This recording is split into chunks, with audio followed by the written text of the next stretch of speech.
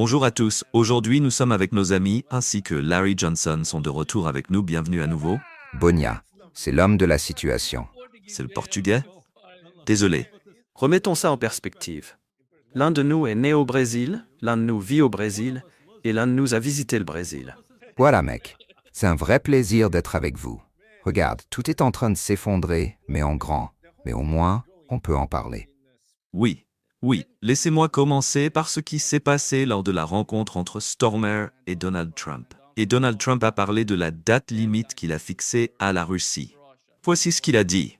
Je vais fixer une nouvelle date limite d'environ 10 ou 12 jours à partir d'aujourd'hui. Pas de raison d'attendre. Il n'y a aucune raison d'attendre. C'est 50 jours. Je veux être généreux, mais on ne voit simplement aucun progrès. Oui, voici Pep. Voici ce que Lavrov a dit. Il a dit que la tâche principale, bien sûr, est de vaincre l'ennemi.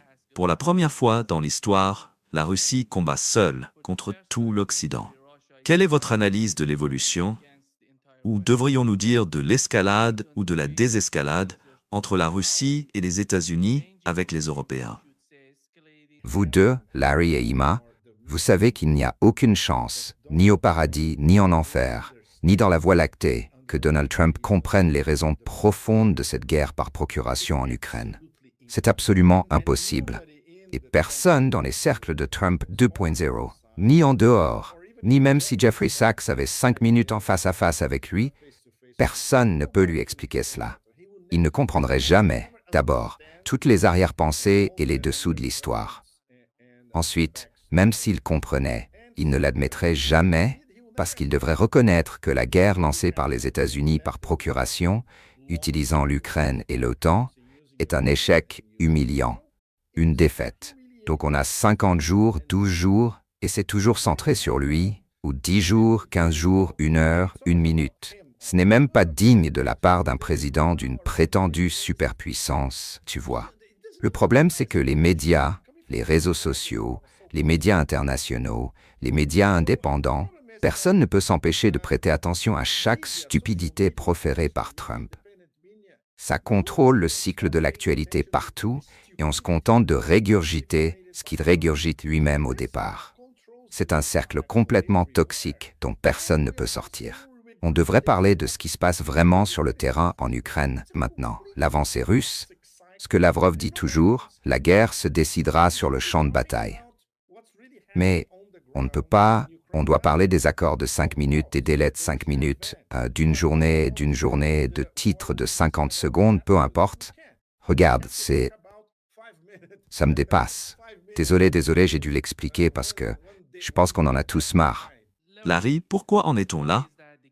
Pourquoi Donald Trump semble-t-il convaincu qu'il serait plus bénéfique pour lui et son administration de continuer le conflit en Ukraine plutôt que de le mettre fin? Trump est impuissant. Il est incapable, dans cette situation, de faire quoi que ce soit d'autre que de mettre fin à la guerre. Tu sais, qu'est-ce qu'il va faire? Déployer des troupes américaines là-bas? Ce ne sera pas le cas. La Russie frappe régulièrement des sites conjoints ukrainiens OTAN à travers toute l'Ukraine. Et si il y a une chaîne YouTube pour Rickman, si cette personne, je crois que c'est un homme, est digne de foi, ils ont tué plusieurs conseillers britanniques, polonais et français ces derniers jours. Juste hier, un avion allemand qui atterrissait sur un terrain, je crois à Konitsky, a été détruit. Ils l'ont fait exploser. Probablement, il faisait exploser. La Russie détruit une batterie de missiles Patriot. Donc, tu sais, je me dis, s'il y a quelqu'un avec la créativité pour prendre la chanson de Paul Simon, 50 façons de perdre son amour, allons-y. Changeons-la en 50 jours pour perdre ta guerre. Tu sais, dégage Jack, retire le patriote. Tu peux enchaîner une phrase après l'autre. Je veux dire, qu'est-ce que Trump va faire? Il est en mode, oh, je réduis de 50 jours à 10 ou 12 jours. Ok, très bien. Et après? Quoi? Tu vas envoyer, on va lui envoyer encore des batteries de missiles patriotes qu'on n'a pas? Non, on va envoyer ces obus d'artillerie qu'on ne peut pas produire. Je veux dire, donne-moi une mesure concrète, ou alors je vais appeler Vladimir Poutine, et je vais lui expliquer la situation. Et Poutine et ses conseillers vont regarder leur téléphone et se dire, ouais, ce type est fou, il est complètement à l'ouest. Tout le respect que j'avais pour Donald Trump a complètement disparu. L'homme est, à mon avis, un bouffon dangereux. Pep. On sait que l'Europe essayait en quelque sorte de négocier des tarifs plus bas. J'étais justement en train d'en parler il y a quelques minutes. Oui, fantastique. Nous allons parler du siècle européen de l'humiliation, surmultiplié en fait. Ok, résumé rapide, on est tellement content d'avoir seulement 50% de droits de douane des États-Unis. Au moins, ce n'est pas 30. Et quels droits de douane sont imposés aux Américains? 0. On est tellement content d'acheter des milliards de dollars d'armes américaines pour notre oppression éternelle. Ok, on est tellement content d'investir 600 milliards d'euros d'ailleurs que nous n'avons pas dans l'économie américaine dans les prochaines années. Et on est tellement content d'acheter 750 milliards d'euros de GNL américains pour les 3 prochaines années, 250 milliards d'euros chaque année, parce que c'est moins cher et meilleur que le gaz russe par pipeline via Nord Stream. Oui, c'est notre siècle de la victoire. Ajoutez à ça les Estoniens complètement fous, peu importe, la méduse toxique et ce Portugais, un morceau de peu importe, Costa, souriant ensemble sur la même photo, et vous savez, en vantant leur superbe. Ce qui au passage est fou. Je viens de passer 10 secondes sur la couture médiatique grand public française du sommet, toutes les unes sont... Et ils présentent ça comme une négociation difficile, mais une victoire européenne. Voilà à quoi ressemble et sonne la victoire. Messieurs, j'en reste là. Oui. Regardant Ursula von der Leyen, on voit clairement à quoi ressemble la victoire. Voici ce que Donald Trump a dit. Mieux qu'un taux de 15. Un taux de 15% pour l'Union européenne. Mieux signifie plus bas. Ouais, non, j'adore la réponse. Tu veux dire plus bas? Non, et elle est comme ça, comme une souris. Genre, incroyable, incroyable. Cette femme représente 400. Ce n'est pas la folle estonienne mauvaise. La vraie politique de la Commission européenne est dictée par von der Leyen. Kaja Kallas est un petit rat qui travaille pour elle. Les décisions ultimes sont prises par von der Leyen. Et ensuite, les décisions sont transmises aux différents commissaires européens. Il y en a 20, ou quelque chose comme ça. 27 environ. C'est elle qui est responsable de ça. de ça. C'est extrêmement sérieux. Et évidemment, comme elle est protégée de toutes parts, je suis sûr que certains dans notre audience comprendront comment fonctionne l'argent ancien en Europe. On contrôle tout simplement tout. Pas seulement les réunions, les mariages, qui fait affaire avec qui, à quel club privé on appartient, où tu vas ce week-end, où tu passes tes vacances, mais bien sûr, qui dirige la machine, pas seulement dans les capitales des États-nations, mais surtout à Bruxelles. Donc ils envoient, tu sais, des gens soigneusement choisis pour administrer ce mécanisme kafkaïen à Bruxelles, et cela inclut la relation entre l'Union européenne et l'OTAN, qui se trouve dans la même ville essentiellement. Donc von der Leyen, c'est de l'argent ancien, issu de sa propre famille, et aussi de la famille de son mari, qui a utilisé le fonds. Elle n'est pas une fond de pouvoir, mais son mari, Heiko l'est. Ce sont donc deux familles très traditionnelles, très anciennes, d'argent allemand, entremêlées avec tous ceux qui possèdent une grande richesse en Europe. Donc ils sont, tu sais, il y a un mur de fer qui les protège. Rien ne leur arrive, c'est comme ça que ça marche. Ouais. Larry, le cas de l'Europe peut être vu comme la capacité, je dirais, de ses dirigeants à convaincre tous les Européens ensemble. Regarde la Suisse. Qu'est-il arrivé à la Suisse pendant la guerre en Ukraine? Ils ont simplement détruit la neutralité de la Suisse pendant cette guerre. Et là, on entend parler de l'Autriche. Ils veulent abandonner leur neutralité. Que se passe-t-il? Comment ces gens, ces dirigeants que nous, d'une certaine façon, nous qualifions d'incompétents ou peut-être déconnectés, où en sont-ils avec l'opinion publique dans leur pays? Mais après tout, ils sont quelque part capables de convaincre Donald Trump, convaincre l'Autriche, la Suisse de s'aligner avec eux. Ajoutons à cette liste la Suède et, tu sais, dans une moindre mesure, la Norvège. C'est presque comme une maladie de masse. Sauf que c'est quelque chose qu'un psychiatre devrait traiter. La déconnexion entre ce qu'ils sont militairement capables de faire, chacun de ces pays, et ce qu'ils font réellement. Ont-ils la base industrielle pour soutenir des opérations de combat modernes? Ont-ils la main-d'œuvre une main-d'œuvre formée pour pourvoir les forces armées? Et ont-ils réellement la logistique pour entrer dans une confrontation et la soutenir? Eh bien, la réponse à tout ça est non, et certainement pas. Je veux dire, les Britanniques sont particulièrement pathétiques à cet égard. Leur armée compte moins de 70 000 hommes. Et tu sais, j'ai dit, il y a des stades de football qui peuvent contenir plus de gens que leur armée. Ok. Et ce que les Russes ont démontré au cours des 3 ans et demi passés en Ukraine, est ce qui est nécessaire pour soutenir des opérations de combat modernes où il va y avoir des pertes horribles.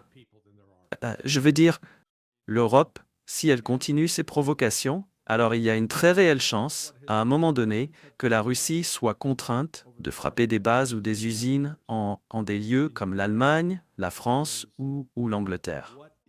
Maintenant, la Russie fait tout ce qui est en son pouvoir pour éviter cela. Mais ces gens continuent de provoquer. Ils continuent, tu sais, un peu à provoquer l'ours.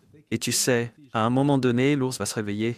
Tu sais quoi, je vais plus supporter ça, je vais plus supporter ça. Je veux dire, j'ai trouvé, tu sais, les propos de Lavrov plutôt qui, tu sais, c'est la première fois qu'on combat seul contre l'Occident.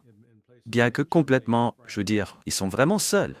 Et l'Occident met la pression sur une grande variété de fronts. Je veux dire, le fait que la Serbie soit un endroit tellement duplice en termes de fourniture à l'Ukraine, la pression exercée en Géorgie, la pression exercée en Arménie, la pression exercée en Aron, mais tu sais, Dieu merci, les Russes ne paniquent pas. Ils regardent ça et ils disent « Ok, on va gérer ça ». Et ils ont, tu sais, imagine ça comme un jeu de poker. Ils ont beaucoup plus de jetons de leur côté de la table que l'Occident. L'Occident joue un jeu désespéré.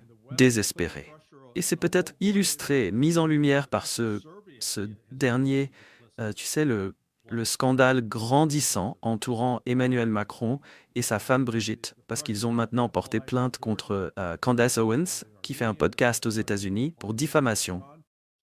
Une semaine après que la Cour d'appel française ait levé la condamnation de 2 femmes pour ce qu'on appelle une diffamation. Ils ont essentiellement dit non, vous n'avez pas diffamé Brigitte parce qu'il y a maintenant des preuves accablantes que Macron a épousé un mec. Mais la raison pour laquelle je reviens là-dessus, c'est que comment Macron est arrivé au pouvoir politique en France n'a rien à voir avec ses accomplissements, rien à voir avec son... Il y a eu une narration créée autour de ce gars et il est sorti de la banque Rothschild. Tu sais, les gens disent « Oh, c'est une conspiration, ce sont des faits, tu ne peux pas en lire plus, mais le fait est qu'il y a quelqu'un qui conduit le bus du côté occidental du grand livre. » C'est faux. Pepe, Larry appelle ça le désespoir, je dirais une sorte de haine envers la Russie, des 2 côtés. C'est un cas psychologique sérieux, et cela implique pratiquement tous les dirigeants occidentaux, européens, et l'argent ancien, en particulier les Britanniques, les Polonais, les Allemands, beaucoup de Français aussi. Et eh bien, le cas Macron, j'ai suivi cette affaire depuis le début. Un de mes très bons amis ici, on peut dire qu'il est relativement apolitique. Il y a des années, il me disait « Fais attention à ce type. Il fabrique ce type pour qu'il soit le prochain président de la France. » Et il avait raison. Il m'a probablement dit ça il y a 10 ans environ. Il avait raison, parce que si tu suis les mouvements de certains acteurs clés à Paris, c'est pas la France. Tout est ici à Paris. Tout se décide ici. À l'Institut Montaigne, qui serait une sorte d'équivalent français du Council on Foreign Relations, plus ou moins, les gens autour de lui, tu sais, des oligarques français qui contrôlent maintenant, je dirais 95% au moins, des télécommunications françaises et tout ça. Ils commençaient à construire une narration autour de ce type qui était « Ah, c'est le Mozart de la finance ». Il a eu un passage merveilleux au ministère des Finances à Bercy. Il a travaillé, évidemment, il a travaillé pour les Rothschild et plus tard. C'était fantastique parce que l'un de nos amis, dont le père a travaillé avec les Rothschild, disait « Regarde, Macron décroche le téléphone chaque soir et appelle David pour lui demander « Qu'est-ce que je fais ensuite ?» Il n'a jamais eu la moindre idée de quoi que ce soit. Donc tu sais, dans ces cercles du pouvoir, Et Paris est un endroit très provincial. Si tu vas dans quelques restaurants et si tu connais quelques familles, tu sais tout ce qui s'y passe. La bourgeoisie ici est c'est en fait une mini-oligarchie. Donc on savait tous que ça allait arriver. Évidemment, le peuple français ne savait pas ce qui allait arriver parce qu'il a été construit comme l'antidote aux fascistes, néo-nazis, Front National, la famille Le Pen. Ça a marché. C'est pour ça qu'il a été élu en premier lieu, et c'est pour ça qu'il a été réélu, et c'est comme ça qu'il a réussi à battre pratiquement un vote de défiance la dernière fois. Mais maintenant, il a un gouvernement minoritaire. C'est un canard boiteux. Il n'y a aucun moyen de le destituer parce que la France n'est pas comme les États-Unis. Commencer une procédure de destitution ici est absolument hors de question. Donc les Français sont coincés avec ce type. Et pire, comme Larry